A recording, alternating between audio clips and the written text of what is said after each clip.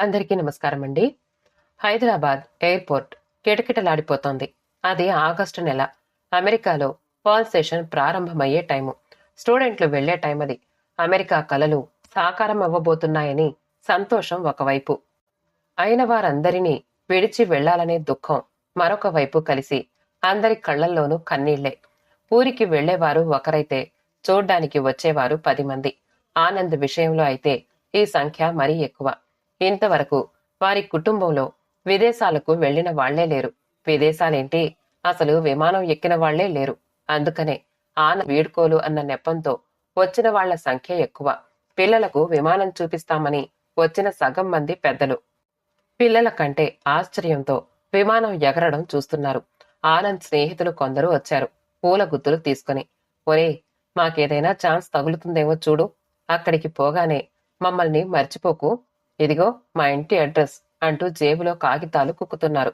వాళ్ళందరినీ నెమ్మదిగా వదిలించుకుని తన వాళ్ల దగ్గరకొచ్చాడు. తల్లి, తమ్ముడు, చెల్లెలి దగ్గర వీడ్కోలు తీసుకుని, వస్తా పిన్ని, వెళ్ళొస్తామావయ్యా అంటూ రైలింగ్ అటువైపుకి వెళ్లాడు ఆనంద్. ముందు సామాను చెకింగ్ చేయించి తర్వాత తానే సెక్యూరిటీ చెక్కు వెళ్లాడు. అదిగో వాడే, ఆ ఆకుపచ్చ సల్వార్ సూట్ అమ్మాయి వెనక. అదిగో ఆ బ్రౌన్ కలర్ బ్యాగ్ వాడిదే అంటూ కంటి కానినంత వరకు చూస్తూ నిలుచున్నారు అందరూ. ఉమ్మడి కుటుంబంలో పెరగడం వల్లనో, చిన్నప్పుడే తండ్రి పోవడం వల్లనో, చదువులో చాలా చురుగ్గా ఉండడం వల్లనో ఆనంద్ అంటే అందరికీ అభిమానం. కానీ కుటుంబంలో కొందరు అబ్బాయిలకు మాత్రం ఆనంద్ అంటే కోపం. అన్నింటికీ ఈ ఆనంద్ గాడితోనే పోలుస్తారు. వీడొక్కడే పెద్ద మొనగాడైనట్లు అనుకునేవారు. అయినా ఈరోజు వాళ్లు కూడా ఎయిర్పోర్టుకొచ్చారు. రేపు కాలేజీలో అందరితోనూ ఎయిర్పోర్ట్ విశేషాలు గొప్పగా చెప్పుకోవచ్చును అని. అందరినీ వదిలి అమెరికాలో అడుగు పెట్టగానే ఒడ్డున పడ్డ చేపల విలవిల్లాడిపోయాడు. కొన్ని రోజులు ఏం తినాలో తెలీదు. తినగూడనివి ఏవో అస్సలు తెలియడం లేదు. అయినా తిగులు ఇన్ని రకాలున్నాయా? ఎన్ని షెల్ఫ్లో చాక్లెట్లేవో 100 రకాలున్నాయేమో. అయినా ఎందులో ఏం కలుపుతారో. ఏదో ఊరగాయ మాదిరి ఉన్న ఒక సీసా తీసి పరీక్షగా దాంట్లో వేసిన పదార్థం ఏమిటో శ్రద్ధగా చదువుతున్నాడు. సరిగ్గా అప్పుడే తటస్థపడింది సాంద్ర. మే ఐ హెల్ప్ యూ అని అడిగింది. ఇందులో నాన్ వెజిటేరియన్ ఏమీ కలపలేదు కదా అని అడిగాడు. ఓ, యూ వాంట్ వెజిటేరియన్ అంటూ వేరే కౌంటర్ వద్దకు తీసుకెళ్ళింది. అందులో ఇండియన్ వస్తువులు కూడా ఉండడంతో ప్రాణం లేచొచ్చింది ఆనంద్కు. సాక్షాత్తు దేవతే దిగొచ్చి తనకు సహాయం చేసిందని అనుకున్నాడు. లేకుంటే వారం రోజులుగా అరటిపళ్ళు, పాలు, బ్రెడ్లతోనే కడుపు నింపుకుంటున్నాడు. తెలిసిన వాళ్ళు ఎవ్వరూ లేరు. ఉన్న ఒక్కరిద్దరిని అడగాలంటే మొహమాటం. ఇంత దూరం అమెరికాకొచ్చి ఇంకా మడి కట్టుకుని కూర్చున్నావా అని నవ్వుతారేమోనని భయం. అదీ కాక ఇండియాలోనే ఒకసారి కాలేజీలో పిల్లలు తనతో మాంసం తినిపించాలని చేసిన ప్రయత్నాలు గుర్తుకొస్తే ఇప్పటికీ భయమేస్తుంది. అందుకే ఈ పిల్లెవరో తన పాలిట దేవత అనుకుంటూ కావలసినవన్నీ తన షాపింగ్ బుట్టలో వేసుకున్నాడు. తర్వాత ఒక్కొక్కటే ధరలు చూసుకుంటూ వాటిని మన రూపాయల్లోకి మార్చి చూసుకుని అమ్మ బాబోయ్ అని షాపింగ్ బుట్టలోని సరుకులు కొన్ని మళ్లీ కౌంటర్లోనే పెట్టేసి షాపింగ్ ముగించుకుని రూమ్కొచ్చి పడ్డాడు. సాంద్రాను అడపాదడపా సూపర్ మార్కెట్లో కలుస్తూ ఉండేవాడు. అట్లా జరిగిన పరిచయం ఎప్పుడు స్నేహ పరిధిని దాటి ప్రేమలోకి దారితీసిందో వాళ్లకే తెలియదు. సాంద్రాను చూడకుండా ఉండలేకపోయేవాడు. నలుగురిన మనిషేమో మనుష్య సాంగత్యం కోసం తప్పించిపోయేవాడు. ఎవరికి వారే యమునా తీరేగా ఉండే ఆ దేశంలో తీయని పలకరింపు కూడా ముఖం వాచిపోయే పరిస్థితుల్లో సాంద్ర మాట ఎడారిలో ఓయాసిస్సులాగా సేద తీర్చేది. కాని పెళ్లి అనుకుంటే మాత్రం భయం వేసేది. తమ ఉమ్మడి కుటుంబంలో ఈ అమ్మాయి ఎట్లా ఇముడుతుందా అని. కాని ఆత్మీయంగా పలకరించే ఆ అమ్మాయిని పొదులుకోవడం కూడా కష్టంగానే అనిపించేది. దానికి తోడు తన చదువు అయిపోవస్తున్నదని తెలిసి సాంద్ర కూడా అడపాదడపా పెళ్లి ప్రస్తావన తెచ్చేది. తను ఇండియాకు వాపస్ వెళ్లక మునిపే అమ్మని ఒక్కసారి ఇక్కడికి పిలిపించి పెళ్లి మాట మాట్లాడాలి అనుకున్నాడు. ఒక్కసారి రమ్మని మారం చేయసాగాడు. ఆ దేశాలకు నేనెట్లా వస్తాన్రా? ఇక్కడి హైదరాబాద్ తెలుగే అర్థం కాక చస్తుంటేను. ఆ ఇంగ్లీషు నా వల్లేమవుతుంది? అసలు హైదరాబాద్ వచ్చే వరకు సిటీ బస్సే ఎరుగను కదా. ఆ విమానంలో నేనెట్లా ఎక్కేది? అంత ఒంటరితనం అనిపిస్తే నీ తమ్ముణ్ణి, చెల్లెల్ని పిలిపించుకో. అంతగా అయితే వాళ్లతో పాటు నేను వస్తాలే అని కొట్టేస్తూ వచ్చింది. ఇంట్లో ఆమె అక్క చెల్లెళ్ళు, అన్నదమ్ములు అందరూ ఎంత అదృష్టమే నీది. కొడుకు రమ్మని బ్రతిమాలుతున్నాడు. అయినా పోయొచ్చిన వాళ్లంతా నీకంటే గొప్పోళ్ళా? పక్క వీధి సుబ్బమ్మ పట్టుమని 10 తెలుగు మాటలు కూడా సరిగ్గా మాట్లాడేది కాదు. ఇప్పుడు చూడు, యా యా అంటూ ఎలా తల ఊపుకుంటూ మాట్లాడుతోందో. ఇలా ఇంట్లో వారి పోరు. సరిత, హరి ఇద్దరూ అమ్మా, అన్నయ్య రమ్మంటున్నాడు గదే, పోయేద్దామే అని ఒక్కటే గొడవ. వీరితో పాటు ఆనంద్ కూడా కాదు కూడదని పట్టుపడడంతో సర్లేరా అనేసింది.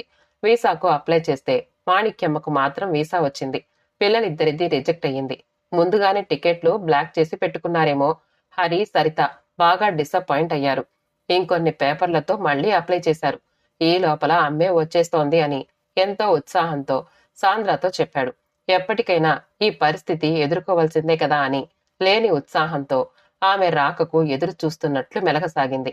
18 సంవత్సరాలు రాగానే ఆడపిల్లైనా మగవాడైనా వేరేగా ఉండడం వాళ్ల అలవాటు. ఆనంద్ ఏమిటో అమ్మా అమ్మా అని కలవరిస్తూ ఉంటాడు. రేపు పెళ్ళైనా ఇలాగే ఉంటాడా ఏమిటో. ఆనంద్ను వదులుకోవాలన్నా మనసు రావడం లేదు. తన బోటి స్కూల్ డ్రాపౌట్, సూపర్ మార్కెట్లో పనిచేసే పిల్లకు ఇంత బాగా చదువుకున్న ఇంజనీర్, మంచి ఫ్యూచర్ ఉన్న పిల్లవాడు చచ్చినా దొరకడు. ఏంటో లవ్ మ్యారేజెస్ అంటారు గాని తమకు ఇట్లాంటి చదువుకున్న హై క్లాస్ తెల్లవాళ్లతో కలిసే ఆపర్చునిటీస్ తక్కువ. ఇక పెళ్లి ప్రశ్నే లేదు. ఇండియా అయితే ఏంటో కాస్ట్ సిస్టమ్ అని ఆనంద్ చెప్తాడు. కానీ ఇక్కడ మాత్రం ఎవరి సోషల్ సర్కిల్స్ వాళ్లకు లేవా? బాగా డబ్బున్న చదువుకున్న అబ్బాయిలు తమలాంటి సేల్స్ గర్ల్స్ కు దొరుకుతారా? ఇవన్నీ ఒక ఎత్తు. వీళ్ళు పెళ్లిళ్లకు ఎంత ఇంపార్టెన్స్ ఇస్తారు. ఈ డైవోర్స్ బెడదలు ఉండవు. పైగా రోజు ఇంటికెళ్లేసరికి డౌటే, తన మొగుడు ఈ రోజు ఇంటికొస్తాడా రాడా అని. ఏం బతుకులు తమవి. ఈ ఇండియన్స్ అందరూ ఒకసారి పెళ్ళైపోతే ఎంత నిశ్చింతగా ఉంటారు. భర్తను వదిలేసి నెలలు నెలలు దేశానికి వెళ్లిపోతారు. భర్త ఇంకెవరినైనా చూసుకుంటాడని వారికి ఏమీ భయం లేదు. తమకు ఒకసారి పెళ్ళైపోతే ఆ సంసారాన్ని నిలుపుకోవడానికి ఎన్ని అవస్థలు. తల్లి దగ్గరికైనా 4 రోజులు వెళ్లే ప్రశ్నే లేదు. భయం, ఎప్పుడూ భయమే. అందుకే ఆనంద్ను అంత సులభంగా వదులుకోకూడదు. ఇలాంటి ఆలోచనలతోనే లేని ఉత్సాహం నటిస్తోంది సాంద్ర. అనుకోకుండా రెండోసారి ఎంబసీకి వెళ్ళినప్పుడు హరికి, స్రవంతికి కూడా వీసా దొరికింది. ఆ రోజు డిసెంబర్ 26. క్రిస్మస్ కాగానే ఎంబసీ తెరిచిన మొదటి రోజు.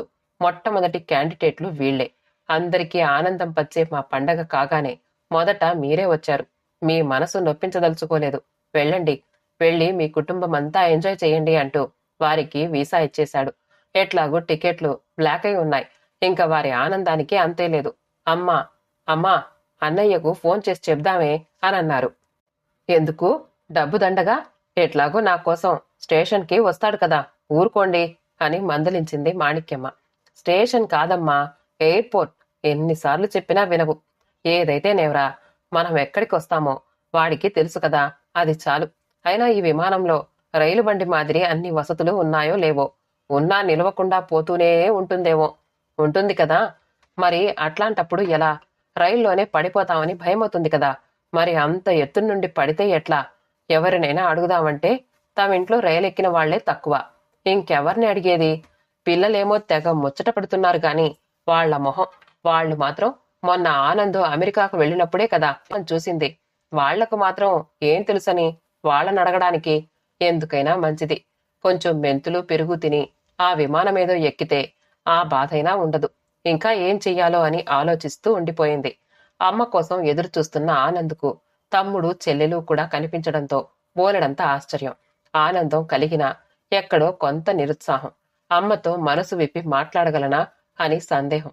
ఈ పిల్లలిద్దరూ ఏమైనా అడ్డు తగులుతారేమోనని ఆందోళన. మొత్తానికి అన్ని రకాల భావాలు ఉక్కిరిబిక్కిరి చేస్తూ ఉండగా వారిని సాదరంగా ఇంటికి తీసుకువెళ్లాడు. దోవ పడవున నిర్మానుష్యమైన ఆ రోడ్లను చూస్తూ, ఒరే పెద్దోడా, ఇక్కడ మనుషులెవ్వరూ ఉండరా అని అడిగింది. బోలెడంత మంది ఉన్నారమ్మా, కాని మన దేశంలో మాదిరి ఇక్కడ నడిచి వెళ్లే వాళ్ళు చాలా తక్కువ. అంతా కార్లలోనే వెళతారు. అయితే చాకలాళ్ళు, మంగళాళ్ళు కూడా ఉండరా? చాకలాళ్ళైతే ఉండరమ్మా, అందరికీ వాషింగ్ మెషిన్లు ఉంటాయి. మంగళాళ్ళు ఉంటారు, కాని వాళ్లు కూడా కార్లలోనే పోతారు. ఏంటేంటి, మంగళాడికి కూడా కారా? అవునమ్మా, మన పక్క ఫ్లాట్ వాడు కూడా మంగళాడే. నీకింతకన్నా మంచి పొరుగు దొరకలేదురా. అవ్వ, మామయ్యకు తెలిస్తే మన ఇంట్లో మంచినీళ్ళైనా తాగుతాడా? ఎందుకు తాగడమ్మా? వీళ్ళు తెల్లదొరలు కదా, అస్సలు మంగళోళ్ళు కారు కదా. అది నిజమేరా. వీళ్ళందరూ అసలు ఏమిటోళ్ళరా? ఇక పోనివే ఆ గొడవ. ఈ ఇళ్ళు చూడు ఎంత శుభ్రంగా ఉన్నాయో. మన వాళ్ళెవ్వరి ఇళ్ళైనా ఇంత శుభ్రంగా ఉంటాయంటావా? శుభ్రం సరే గాని మడి తడి ఏమైనా ఉన్నారా ఇక్కడ? సంభాషణ అనుకోని రూట్లోకి పోవడంతో అమ్మా చూడు, ఆ కనబడేదే మన ఇల్లు అంటూ మాట మార్చేశాడు. ఇల్లు చూడగానే ఆశ్చర్యపోయింది మాణిక్యమ్మ. ఎంత పొందిగ్గా ఉంది ఇల్లు. వీడెప్పుడూ ఇంత శుభ్రంగా ఇల్లు పెట్టుకోవడం నేర్చుకున్నాడు అని మురిసిపోయింది. స్నానం చేసి రాగానే అమ్మా అన్నం తింటావా అని అడిగాడు. ఏవన్నమోరా, ఆ విమానం ఎక్కినాక నిద్రపోనీయకుండా లేపి ఏమేమో పెట్టారు. అయినా ఇప్పుడు అన్నం తినే టైమేనా? అన్నం వద్దు సున్నం వద్దు, కాస్త పడుకుంటారా? ఒక చాపో దిండు పడే. అమ్మా చాపలుండవే ఇక్కడ, హాయిగా మంచం మీద పడుకో. మధ్యాహ్నం పూట మంచం మీద పడుకోవడం ఏమిట్రా? నీకేమైనా మతిపోయిందా? నేనెప్పుడైనా అట్లా పడుకోవడం చూసావా? ఇక్కడంతే పడుకోవాల్సిందే. అయినా ఇది మధ్యాహ్నం కాదు, రాత్రి 9 అయ్యింది. నన్ను మరీ అంత ఆటలు పట్టించకురోయ్. ఇంత వెలుతురుంటే రాత్రి అని బుకాయిస్తావురా? కాదమ్మా, ఇక్కడింతే. రాత్రి 10 అయినా వెలుతురుంటుంది. పగలో రాత్రో నన్ను పడుకోనీయరా. ఇదిగో ఈ కంబళిపైనే పడుకుంటాలే. ఎంత చెప్పినా వినకుండా అక్కడే పడుకుంది మాణిక్యమ్మ. అన్న తమ్ముడు చెల్లెలు కాసేపు కబుర్లు చెప్పుకుని భోజనం చేసి పడుకున్నారు. జెట్లాగ్తో 2-3 రోజులు సతమతమై ఎట్లాగో సర్దుకున్నారు. 3వ రోజు సాయంత్రం రెడీగా ఉండండి, మాల్కు వెళదామని చెప్పి వెళ్లిన ఆనంద్ వచ్చేటప్పుడు ఎవరో తెల్ల పిల్లను వెంటబెట్టుకుని వచ్చాడు. ఆ పిల్ల ఆనంద్తో రాసుకుని పూసుకుని వస్తూ ఉంటే పెద్ద షాకే తగిలింది మాణిక్యమ్మకు. ఎంతసేపైనా ఇంటికి పోయే మాటే ఎత్తలేదు ఆ పిల్ల. పైగా అందరికీ తానే కాఫీ కలిపి ఇచ్చింది. తన వాలకం చూస్తూ ఉంటే ఇల్లంతా బాగా పరిచయం ఉన్నట్లే ఉంది. ఒక్క వస్తువుకైనా ఆనంద్ను అడగనే లేదు. అన్నీ తనే చకచకా తీసింది. అప్పుడే తోటలో నుంచి వచ్చిన పిల్లలిద్దరూ సాంద్రాను చూసి తడబడ్డారు. తను అంతే. వీళ్ళెవ్వరూ అని కాబోలు ఆనంద్ని అడిగింది. పరిచయం చేశాడు వాళ్లను. అమ్మా, ఈ అమ్మాయే లేకుంటే నేనేమైపోయేవాణ్ణో. నాకన్నీ తెలియజేసింది. లేకుంటే ఈ పాటికి ఏ మాంసమో తినుండేవాణ్ణేమో. మా అమ్మే, మా తల్లే, ఎంత ఆపద నుండి కాపాడావు మా వాణ్ణి. నీ తల్లి కడుపు చల్లగా అంటూ దూరం నుంచే కణతలకు వేళ్లు తగిలించి ముద్దుగా మెటికలు విరిచింది Manikyamma. What is she doing? అమ్మ మాటలను చేష్టలను తర్జుమా చేయలేక తడబడిపోయాడు ఆనంద్. అన్నవ్వస్థ చూసి ముసిముసిగా నవ్వింది స్రవంతి. ఆ రోజు అక్కడే భోజనం చేసింది సాంద్ర. అమ్మ మాత్రం వడ్డన నెపంతో వాళ్లతో పాటు భోజనం చేయలేదు. ఏం దేశమో ఏం మనుషులో మనసులోనే గొణుక్కుంటూ భోజనం ముగించింది. అయినా ఎవరి పిల్ల, వీడితో ఇంత చనువేంటి, వస్తూనే అడగాలి అనుకుంటూ మేనువాల్చింది మంచం మీద. సాంద్రాను ఇంట్లో దింపి ఏ రాత్రికొచ్చాడో ఏమో అందరూ నిద్రపోయారు. అమ్మను ఈరోజు ఫేస్ చేయడం అంత మంచిగా అనిపించలేదు. అందుకే ఆమె నిద్రపోయిందని చూసి గాఢంగా ఒక నిట్టూర్పు విడిచాడు. పొద్దున్నుంచి సాయంత్రం వరకు పని, తర్వాత వాళ్లని ఊరంతా తిప్పి చూపించడంతోనే సరిపోయింది టైం అంతా. సాంద్రాను కలవడమే తక్కువైపోయింది. తను కూడా ఎందుకో అంత ఫోర్స్ చేయడం లేదు. నెల రోజుల ఇంకా ఉన్నారా మీ మదర్ అని అడిగింది. అదేమిటి ఇంకా ఉన్నారా అంటావ్? అమ్మ వాళ్ళు ఇంకా 4 నెలలు టికెట్టుతో వచ్చారు. 4 నెలలు ఉంటారు. సాంద్ర మొహంలో రంగులు మారసాగాయి. ఆనంద్ అదేది గుర్తించకుండా ఎంతో సంతోషంగా, రేపు మన పెళ్ళైతే అమ్మ మన దగ్గరే ఉంటుంది ఎప్పటికీ. స్రవంతి మాత్రం పెళ్లి కాగానే అత్తారింటికి వెళ్ళిపోతుంది. కాని హరి మాత్రం పెళ్ళైనా వాడు వాడి భార్య మనతోనే ఉంటారు. నువ్వు పెద్ద కోడలివి, అన్నీ నేర్పించాలి తనకు. ఎంత సందడో కదా మన ఇంట్లో అంటూ బంగారు భవిష్యత్తును సాంద్ర ముందు ప్రజెంట్ చేశాడు. అన్నీ విని మౌనంగా వెళ్ళిపోయింది సాంద్ర. ఏమైనా సరే అమ్మతో త్వరలోనే మాట్లాడాలి ఈ విషయం. ఎప్పుడూ హరి స్రవంతి పక్కనుండడంతో కుదరడం లేదు. అందుకే సాంద్ర కూడా ముభావంగా ఉంటోంది అనుకున్నాడు. మరుసటి రోజు ఆఫీస్కి వచ్చింది సాంద్ర. నీకు బాయ్ చెప్దామని వచ్చాను అంది ఉద్బోద్ఘాతము లేకుండా. అదేంటి అమ్మతో మాట్లాడలేదని అంత కోపమా? ఇంకా 2 నెలలు ఉంటుంది కదా, తప్పక ఈ రోజే మాట్లాడతానులే. అది కాదు ఆనంద్, మీ కుటుంబం చూశాక, నీ అభిప్రాయాలు విన్నాక నేను మీ కుటుంబంలో ఇమడలేను అనిపిస్తోంది. ఇట్లా పిలవ పెట్టకుండా రావడం ఏమిటి? వచ్చిన వాళ్ళు 4 నెలలు ఇక్కడే ఉండడం ఏమిటి? పైగా పెళ్ళయ్యాక మనతోనే ఉండడం ఏమిటి? ఇవన్నీ మాకు అలవాట్లేవు. పైగా నాకు నచ్చదు కూడా. నా భర్త, నేను, మన పిల్లలు కాకుండా మరెవ్వరైనా మన ఇంట్లో ఉండడం అన్నదే నేను సహించలేను. చివరకు అది మా అమ్మైనా సరే. నీ ఆలోచనలు ప్లాన్లు అన్నీ మీ వాళ్ల చుట్టూరా అల్లుకునున్నాయి. నిన్ను వాళ్ల నుండి విడదీయడం కూడా భావ్యము అనిపించడం లేదు. ఒకవేళ అలా చేసినా నువ్వు సంతోషంగా ఉండలేవు. ఇంకా అట్లాంటి ఇంట్లో సంతోషం ఏముంటుంది చెప్పు? అందుకే ఎంత కష్టమైనా ఈ నిర్ణయానికొచ్చాను. ప్లీజ్ ఇంకా నన్ను కలిసే ప్రయత్నం చెయ్యి అంటూ మరో మాటకు తావివ్వకుండా వెళ్ళిపోయింది. టైం కాని టైంలో ఏదో పోగొట్టుకున్న వాడి మాదిరి ఇంటికొచ్చిన కొడుకుని చూసి, ఏమైందిరా, ఒంట్లో బాగోలేదా? రోజూ ఒక్కటే తిప్పట. అలసిపోయి ఉంటావు. పోయి పడుకో, కాఫీ తెస్తాను అంటూ, ఒసేయ్ స్రవంతి, రోజు బయటికి తిప్పమని అన్నయ్యను అలా విసిగించకు. చూడు వాడెట్లా వడలిపోయాడో అని విసుక్కుంది మాణిక్యమ్మ. దిగులుగా ఉంటున్న కొడుకుని చూసి తాము వెళ్లిపోయే రోజులు దగ్గర పడుతున్నాయని దిగులు పెట్టుకున్నాడు పిచ్చి సన్యాసి అనుకుంది. అంతకు మించిన ఆలోచనలు ఆమెకు రాలేవు. ఆ రోజు ఆఫీస్ నుండి ఇంటికొస్తూ ఉంటే దోవలో సాంద్ర కనబడింది. ఎవరో ఒక నల్ల చెయ్యి కలిపి నడుస్తూ. ఎంత త్వరగా అన్నీ మర్చిపోయింది ఈ పిల్ల. తానేమో అమ్మ వాళ్లతో కూడా సరిగ్గా మాట్లాడడం లేదు. ఎంత పిచ్చి. కొంతలో కొంత నయం అమ్మతో ఈ మాట అనలేదు.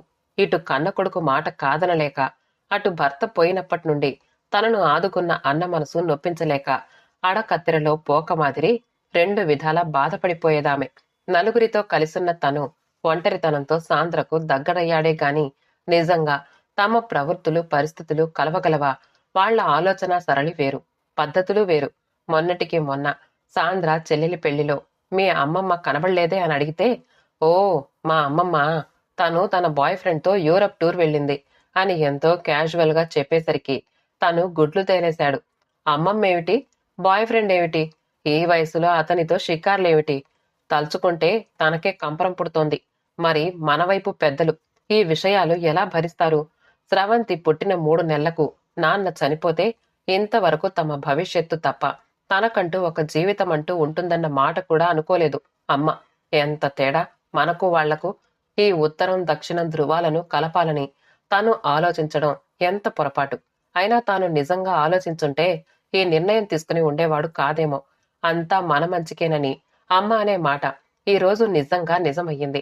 ఒంటరితనం మనుషులను ఎంత ఆలోచన రహితులుగా చేస్తుంది. లేకుంటే తనేమిటి, తాను పెరిగిన వాతావరణం ఏమిటి? ఈ సాంద్రతో సంసారం సాఫీగా జరిగేదేనా? స్నేహం వేరు, సంసారం వేరు. అందరికీ దూరంగా ఉండడంతో మనిషి సాంగత్యానికి మొహం వాచిపోయి ఆత్మీయత కోసం అర్రులు చాస్తూ తాను ఈ తొందరపాటు నిర్ణయం తీసుకున్నాడు. కానీ అమ్మ వాళ్లను చూసిన తర్వాత మనసు మళ్లీ తన పూర్వపు పద్ధతులనే కాంక్షిస్తోందన్న అసలు నిజాన్ని అవగాహన చేసుకున్నాడు. అందుకే అమ్మ మేనమామ కూతురు మనోరమతో పెళ్లి ప్రస్తావన తేగానే, నీ మాటను నేనెప్పుడు కాదన్నాను అన్నాడు ఒకంత సిగ్గుతో. శుభం. కథ సమాప్తమండి. కథ నచ్చితే లైక్ చేయండి, షేర్ చేయండి, కామెంట్ చేయండి. మా ఛానల్ని సబ్స్క్రైబ్ చేసుకోండి. ఆల్ అనే బెల్ బటన్ని నొక్కండి. మళ్ళీ కలుద్దాం ఇంకో మంచి కథతో.